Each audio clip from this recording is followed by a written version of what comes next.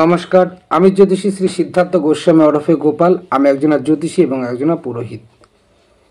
এই সূর্যগ্রহণ হোক বা চন্দ্রগ্রহণ হোক, এই গ্রহণ আসছে, তাই গ্রহণের সময় আপনাদের যে প্রতিকারগুলো করতে হবে সেগুলো আমি বলে দিচ্ছি, যেগুলো জানলে আপনার যে নবজাত সন্তানটি আসছে পৃথিবীতে তার জন্য অতি শুভ হবে। অনেক সময় দেখা গেছে এই সূর্যগ্রহণ বা চন্দ্রগ্রহণ না মানার কারণে অনেক নবজাত শিশুর ক্ষেত্রে অনেক বিপদের কারণ হয়ে দাঁড়িয়েছে। পঙ্গু হয়েছে, চোখের ডিস্টার্ব হয়েছে, গন্না কাটা হয়েছে ইত্যাদি। এর থেকে আপনি যদি রক্ষা পেতে চান তাহলে আমার এই টোটকাটি আপনি করবেন। আর এই টোটকাটি যদি করেন আপনার কোনো সমস্যা হবে না, এটা আমার গ্যারান্টি। অন রেকর্ড ভিডিও ক্যামেরার সামনে বলছি, যদি কোনো কিছু হয় সেটার দায়িত্ব আমি নিজে নেব।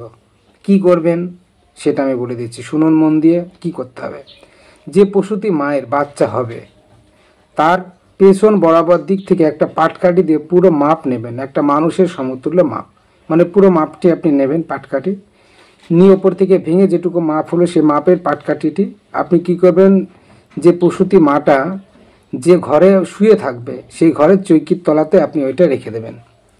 যখন আপনার এই গ্রহণের আগে, যখন গ্রহণ শুরু হচ্ছে তার আগে আপনি পাটকাঠির স্টিক সেইভাবে মেপে আপনি চৌকির তলাতে রেখে দেবেন, এবং গ্রহণ যখন শেষ হবে তখন আপনি ওই পাটকাঠিটি নিয়ে গিয়ে একটা যে কোনো জলাশয়ে দিয়ে দেবেন। তবে সাবধান, গ্রহণ চলাকালীন আপনারা কিন্তু ওই পাটকাঠিতে কোনো রকম আজর দেবেন না, যেন কোনো রকম পাটকাঠি না ভাঙে, না আঘাত পায়, কিচ্ছু না হয়। যখন গ্রহণ চলবে তখন আপনি কি করবেন, যে নবজাত মা তিনি কি করবেন, তিনি হয়তো হাঁটাহাঁটি করবেন, আর নয়তো কোনো বিছনায় স্থির হয়ে শুয়ে থাকবে, যেন কোনো উঁচুর দিকে না তাকায়, তারপরে হাতের নখ না কাটে ইত্যাদি, কোনো কাটা আছড়া কিছু না করে। আর গ্রহণ চলাকালীন সে জাতকের মানে প্রসূতি মা যেন কিছু খাবেন না, শুধু জল বাদ দিয়ে যেন কোনো কিছু না খায়। আর সর্বসাধারণের উদ্দেশ্যে বলছি, সবারই উদ্দেশ্যে যেটা, সেটা হচ্ছে গ্রহণ চলাকালীন আপনারা বেশিরভাগ কোনো কিছু খাবেন না, জল বাদ দিয়ে না খাওয়ার চেষ্টা করবেন।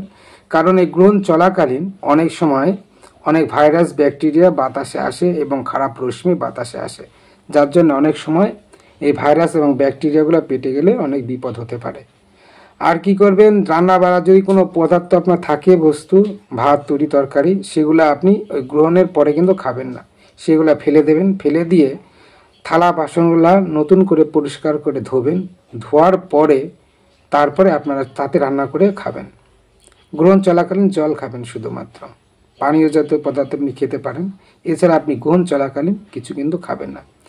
বর্তমান যুগে দেখছি যে মানুষ নানা রকম রোগ ব্যাধিতে ভুগছে, নানান সমস্যা হচ্ছে, কিন্তু এর পেছনে কি রয়েছে, এর পেছনে কিন্তু আমাদের এই জ্যোতিষের অনেক কারণ রয়েছে।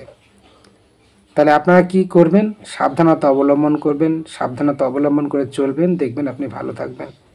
আর যে টোটকাটি আমি বললাম প্রসূতি মায়েদের ক্ষেত্রে, এটা আপনি করবেন, আর আপনি জেনে রাখবেন এটা আপনি করবেন, আপনি অনেক ভালো থাকবেন। আপনার সন্তানের কোনো সমস্যা হবে না, নবজাতক যে বাচ্চাটি আসছে তার কোনো সমস্যা হবে না, এটা আমার গ্যারান্টি। নমস্কার।